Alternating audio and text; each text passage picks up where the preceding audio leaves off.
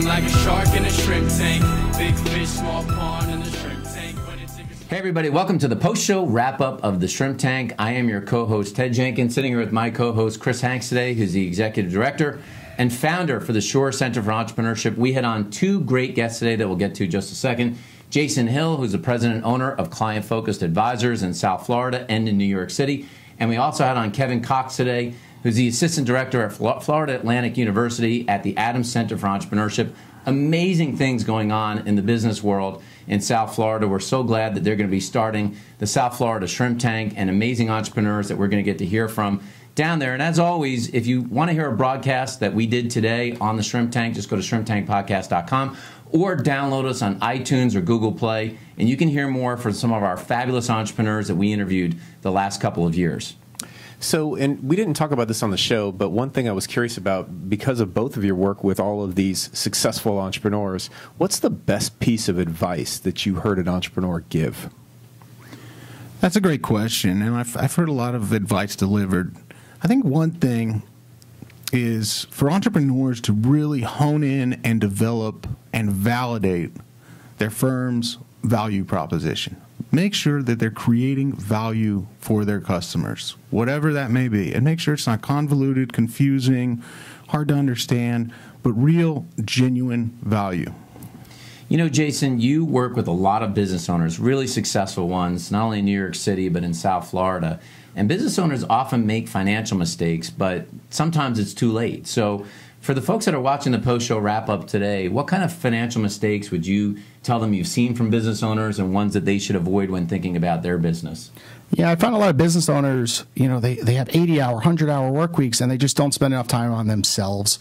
Either, you know, do some personal time, you know, outside on a hobby, but also just sitting down looking at their own finances. Sometimes their work is so busy that they just don't get to themselves ever and just keeps kicking the can down the road. So just spending some time and sitting down and looking at it makes a big difference. So what would you say is the hardest part about being an entrepreneur? Besides talking to Chris Hanks, that is. I would just say the whole time management and wearing 12, 15 different hats at any different time. Today, we have regulations changing, look at the tax code changing, and you just always have to keep reading publications and learning about the new benefits and leaning on a support system, having a good accountant, a good attorney, a good advisor, and a good coach at all times, and friends that trust you with good advice. So just a good support system is very, very important today. Now, guys, I wanted to ask you, before we do the wrap-up of the post-show wrap-up of the Shrimp Tank, I'm curious, for folks that go down to Boca or they're in that West Palm Beach area there, what's the best restaurant to go to? Do you have a restaurant of choice that people should try when they're down in your area? I'm just a big fan of Delray today. Delray Beach. There's so many places. You sit right on the, you know, outside, and you people watch, and you get early bird specials that you said earlier, Ted. Love the early bird specials. Filet of sole is my favorite, Chris. Absolutely.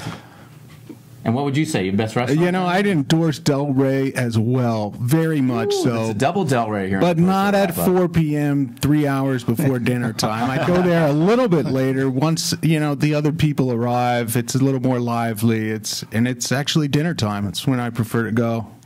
And I know this is going to seem stereotypical, but I thought I'd need to ask this on the post-show wrap-up, especially for a South Florida show on here. But for folks that are over 65 in Florida, what is the car that they drive the most in South Florida? I was just curious. What kind of car do they drive the most?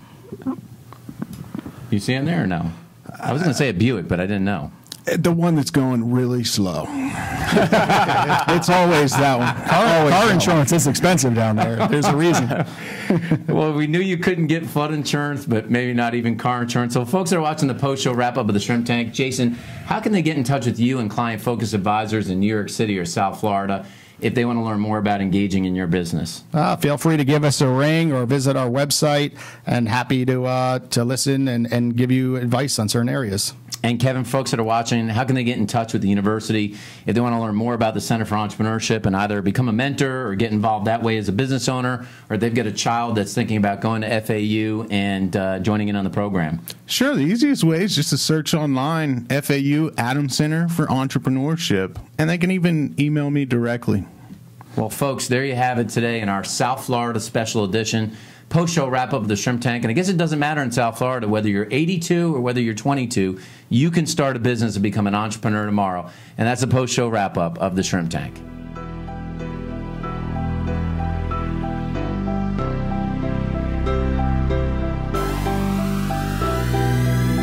I've been feeling like a shark in a shrimp tank. Big fish, small pond.